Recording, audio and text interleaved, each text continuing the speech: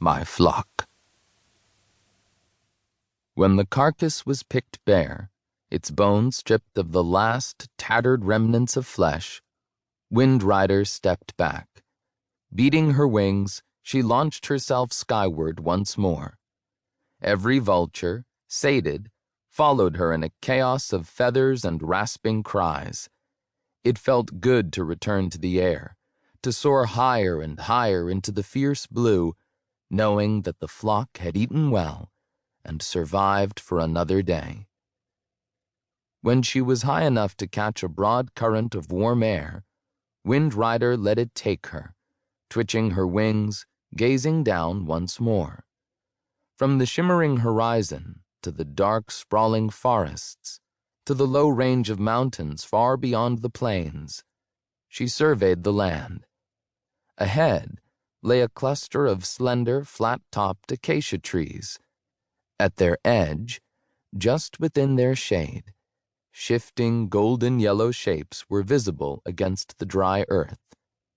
Lions, she thought, lounging in the heat of the day. "They will not hunt for now," remarked Blackwing, following her gaze. "No, not until dusk," Wind Rider agreed. "Then they will feast, and we will follow." Wind Rider had mixed feelings about the great prides of Bravelands. Lions meant food, unsullied and copious. Like all the creatures of the land, they followed the code, killing only to survive. But she loathed their arrogance. They were among the few creatures who would not follow the Great Mother, leader of all the animals, and give respect to her wisdom. Two cubs were romping and play-fighting, full of energy and mischief, even in the heat of the high white sun. As her shadow passed over the smaller of the two, he started and looked up. His golden eyes met hers, and he opened his small jaws. She was still high above him, but the sound of a roar buffeted the air around her. With astonishment, Wind Rider felt her wings tremble, and she was momentarily rocked off her course. "Wind Rider?" came Blackwing's concerned voice. Glancing back, Wind Rider realized none of her flock had felt the impact of that roar. No, it was not the little lion's voice. That is not possible. "It is nothing," she told Blackwing curtly. Half angry, half fascinated, she forced her wings to readjust, balancing her flight once more.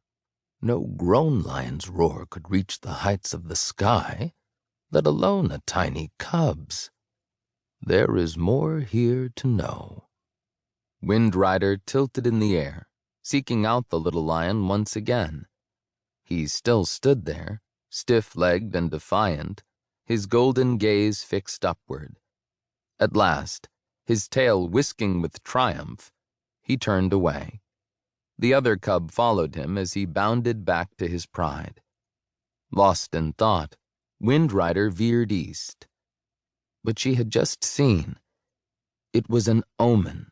She was sure of it, though she could not imagine what its message might be. A tiny cub with a roar to make the sky shudder. This is a vision, a portent. She led her flock higher and farther into the clear blue sky, until the small pride of lions and even the huge herds of the savannah were lost in the beautiful vastness of Bravelands.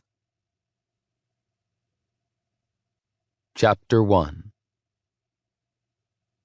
Swift Cub pounced after the vulture's shadow, but it flitted away too quickly to follow. Breathing hard, he pranced back to his pride. "I saw that bird off our territory," he thought, delighted. "No rot-eater's going to come near gallant pride while I'm around." The pride needed him to defend it, Swift Cub thought, picking up his paws and strutting around his family.